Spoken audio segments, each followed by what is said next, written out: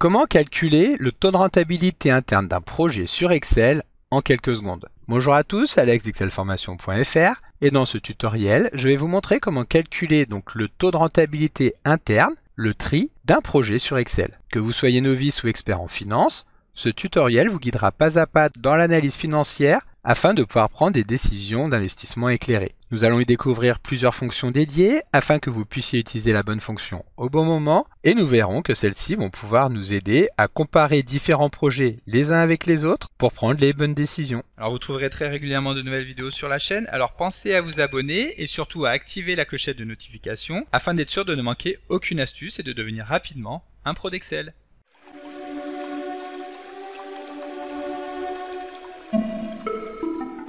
Comme d'habitude, si vous voulez être sûr de bien comprendre tout ce que nous allons voir dans le cadre de cette vidéo, vous pouvez télécharger le support de ce tutoriel ainsi que son corrigé en suivant le lien disponible dans la description de la vidéo, ce qui vous permettra de réaliser les opérations en même temps que moi pour bien comprendre tout ce que nous allons voir dans cette vidéo. Alors pour pouvoir illustrer ce tutoriel, je vous propose de nous placer dans la peau d'une personne qui envisage d'investir dans l'ouverture d'un café franchisé auprès d'une grande marque. Pour cela, cette personne dispose d'un investissement initial de 300 000 € et nous retrouvons actuellement à l'écran le tableau qui permet de retrouver les principaux éléments de cette opération financière. Et nous pouvons voir donc que l'investissement initial de 300 000 € est effectué maintenant, donc en année 0, tandis que les coûts de franchise, les coûts fixes, les coûts variables et les revenus seront quant à eux réalisés au cours des 5 prochaines années. À partir de ces données, nous pouvons donc calculer le taux de rentabilité de ce projet d'investissement. En effet, ce taux de rentabilité interne, également appelé le TIR ou le TRI, est une mesure fondamentale en analyse financière qui va en effet nous permettre de déterminer le rendement d'un investissement en tenant compte du temps et de la valeur de l'argent. Dit autrement, le taux de rentabilité interne est le taux d'intérêt auquel la valeur actuelle des flux de trésorerie entrant est égale à la valeur actuelle des flux de trésorerie sortant d'un investissement. Ce taux de rentabilité est donc crucial pour évaluer la rentabilité d'un projet d'investissement, car c'est en calculant ce TRI que nous pourrons déterminer si un investissement est viable et s'il offre un rendement satisfaisant par rapport au coût initial. Voilà, donc maintenant que nous avons bien compris les bases théoriques du taux de rentabilité, passons à la pratique en utilisant Excel pour effectuer le calcul de manière simple et rapide au travers de la fonction TRI. TRI, pour rappel, signifie taux de rentabilité interne. Et pour pouvoir utiliser cette fonction TRI, nous allons commencer par ajouter une colonne supplémentaire sur le tableau, laquelle va nous permettre de déterminer le montant des flux de trésorerie de chacune des périodes, lesquelles vont correspondre à la somme de tous les revenus et tous les coûts estimés de chaque année. Donc ici, nous avons une nouvelle colonne que nous appelons flux net et nous allons nous placer sur la première cellule de cette colonne afin d'appeler la fonction somme et de réaliser donc la somme de toutes les cellules de la ligne en cours. Ensuite, nous validons en appuyant sur Entrée et donc comme nous pouvons le voir ici, à l'instant T, le flux de trésorerie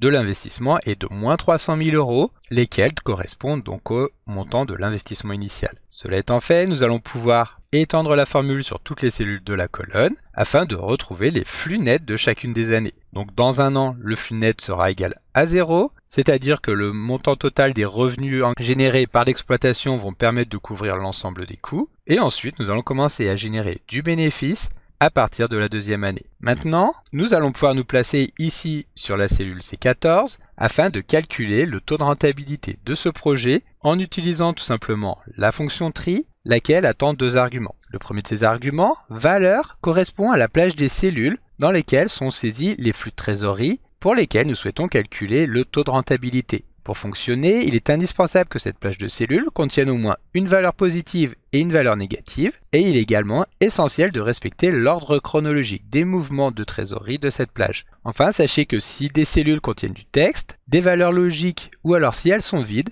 elles ne seront pas prises en compte dans le calcul du taux de rentabilité. Donc ici, nous allons passer en argument valeur, tout simplement la plage des cellules que nous venons de calculer qui reprend les montants nets des flux de trésorerie de chacune des périodes. Ensuite, nous avons un deuxième argument qui est l'argument estimation. Ici, il s'agit d'un argument optionnel qui va permettre d'indiquer à Excel une estimation initiale du taux de rentabilité. En effet, il faut savoir que pour obtenir le résultat de cette fonction TRI, Excel utilise une méthode itérative qui va permettre donc de déterminer ce résultat. Cela signifie qu'il va effectuer des calculs répétés en affinant à chaque fois le résultat afin d'obtenir un résultat qui soit suffisamment précis. Parfois, la fonction tri peut ne pas converger vers un résultat après 20 itérations successives et donc dans ce cas, étant donné qu'il s'agit du nombre maximal d'itérations défini pour cette fonction, alors la fonction nous renverra une erreur. Le fait de spécifier ici une estimation initiale avec cet argument va donc aider Excel à obtenir un résultat en partant directement d'une valeur proche. Mais bien entendu, dans la plupart des cas, l'utilisation de cet argument ne sera pas utile et Excel arrivera très bien à déterminer un taux de rentabilité avec ces 20 itérations possibles. Voilà, donc ici, nous allons laisser cet argument vide et nous allons valider la fonction tri.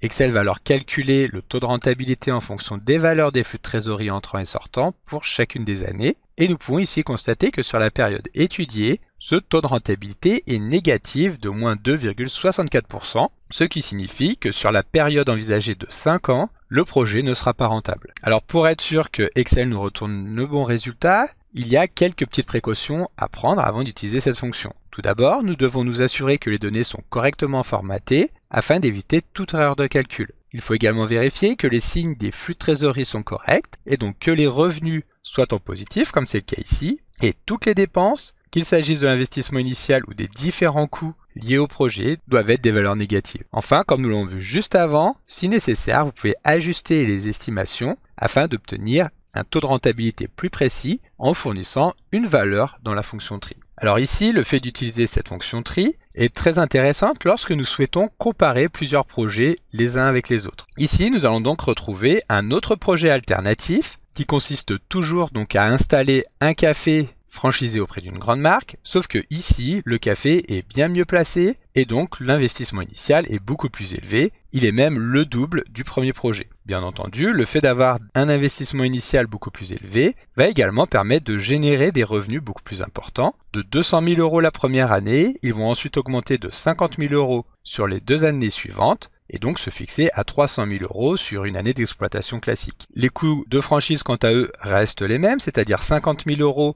l'année d'installation, puis 10 000 € les années suivantes. Les coûts fixes augmentent légèrement et les coûts variables sont toujours proportionnels au montant des revenus estimés. Ils seront donc 2 fois plus importants que ceux que nous avions sur le premier projet. Voilà, donc maintenant, nous allons calculer le taux de rentabilité interne en utilisant la fonction tri comme nous l'avons fait juste avant sur les valeurs que nous retrouvons dans la colonne flux net. Lorsque nous validons, nous voyons que malgré le fait que l'investissement initial soit beaucoup plus important, cette fois-ci, le taux de rentabilité interne sera positif et il est même relativement élevé à 6,5%. Pour conclure donc sur la comparaison entre ces deux projets, si jamais la personne qui souhaite investir dans cette franchise a les ressources financières qui lui permettent donc de débloquer les 600 000 € d'investissement initial, alors le deuxième projet sera beaucoup plus intéressant. Si vous vous rappelez bien, dans un tutoriel précédent, nous avions déjà eu l'occasion de découvrir une autre fonction Excel relativement proche de la fonction tri, qui était la fonction VAN. Il s'agit d'une autre fonction financière qui permet cette fois-ci de calculer la valeur actuelle nette d'un projet et il est bien important de comprendre la différence entre ces deux fonctions ainsi que leur relation. Comme nous venons de le voir, la fonction tri calcule le taux de rendement d'un investissement. D'un autre côté, la VAN, donc la valeur actuelle nette, est la somme des flux de trésorerie futurs actualisés à un taux donné qui correspond généralement au coût du capital. Elle va mesurer la valeur nette de tous les flux de trésorerie générés par un investissement, actualisés à la date de l'investissement initial. Si nous obtenons une valeur actuelle nette positive, alors cela voudra dire que l'investissement est rentable, tandis qu'une valeur actuelle nette négative va signifier qu'il n'est non rentable. En d'autres termes, le taux de rentabilité interne calculé par la fonction tri est le taux d'intérêt correspondant à une valeur actuelle nette égale à 0. Pour nous en rendre compte, nous allons donc pouvoir calculer la valeur actuelle nette grâce à la fonction VAN, laquelle attend tout d'abord un taux d'intérêt qui permet donc d'actualiser la valeur du projet. Ici, nous allons tout simplement reprendre le taux calculé par la fonction tri et ensuite, nous allons pouvoir aller sélectionner les différents flux financiers du projet. Lorsque nous validons la fonction, nous voyons que effectivement ici, la valeur actuelle nette du projet avec ce taux de moins 2,64% est égale à 0. Alors il faut également savoir que la fonction tri que nous venons de découvrir dans ce tutoriel permet uniquement de calculer des taux de rendement d'un projet pour lesquels les périodes sont régulières, c'est-à-dire uniformes dans le temps. Ici, dans l'exemple que nous avions juste avant, il s'agissait de périodes qui correspondaient à des années. Lorsque cette hypothèse n'est pas applicable, alors nous devrons utiliser une autre fonction qui est dérivée de celle-ci, qui est la fonction tri.paiement, qui est justement conçue pour traiter des séries de flux de trésorerie qui peuvent être espacés de manière irrégulière dans le temps. Pour nous en rendre compte, nous avons donc ici une version développée du projet initial que nous avions, avec donc l'investissement initial de 300 000 € qui s'échelonne ici sur 3 paiements. Un premier paiement au mois de mai au moment de la signature du bon de commande, un deuxième paiement de 50 000 € cette fois-ci en juillet au moment de la livraison, et enfin un dernier paiement de 200 000 € en décembre à la fin des travaux. Et à partir de là, tous les autres flux de trésorerie seront mensuels. Le projet va donc s'étendre jusqu'en décembre 2029. Si nous utilisons la fonction tri pour calculer le taux de rentabilité interne de ce projet, nous allons voir que ici, le taux n'a plus rien à voir avec celui que nous avions dans notre premier exemple. Nous passons de 2,64% à 0,24%. Donc plutôt que d'utiliser cette fonction tri, nous allons pouvoir utiliser la fonction tri.paiement, laquelle a ici un argument supplémentaire qui est l'argument date et qui va nous permettre donc de spécifier les dates auxquelles les différents flux de trésorerie vont intervenir. Donc pour commencer, nous sélectionnons les valeurs qui comme tout à l'heure correspond à l'ensemble des flux de trésorerie de la période, et ensuite nous allons saisir les dates auxquelles ces flux de trésorerie vont intervenir. Donc nous sélectionnons les valeurs de la colonne date, c'est-à-dire les cellules A7 jusqu'à A69. Ensuite, nous retrouvons également l'argument estimation que nous avions vu tout à l'heure, qui permet donc de guider Excel dans le calcul du taux de rentabilité interne, mais ici nous allons pouvoir omettre cet argument et valider directement la formule. Ici nous pouvons constater que nous avons un taux de rentabilité qui correspond à peu près au taux que nous avions calculé sur notre calcul simplifié, mais évidemment, étant donné que les flux n'interviennent pas à des périodes régulières, le résultat ne peut pas être strictement égal. C'est donc tout l'intérêt d'utiliser un plan beaucoup plus développé comme nous l'avons ici, avec la fonction tri.paiement. Donc comme d'habitude, vous pouvez télécharger le support de ce cours en suivant le lien que vous trouverez dans la description de la vidéo. Si la vidéo vous a plu, n'oubliez pas de la liker et de la partager à vos collègues et amis sur l'ensemble de vos réseaux sociaux. Et vous pouvez également me laisser vos impressions dans l'espace des commentaires, je lirai chacun d'entre eux et y répondrai avec plaisir. Évidemment, si ce n'est pas encore fait, abonnez-vous à la chaîne pour ne manquer aucune astuce. C'est également très important pour m'aider à gagner en visibilité afin de pouvoir développer la chaîne et continuer de vous proposer des tas de nouvelles vidéos. Merci d'avoir suivi cette vidéo et à très bientôt pour un prochain tuto.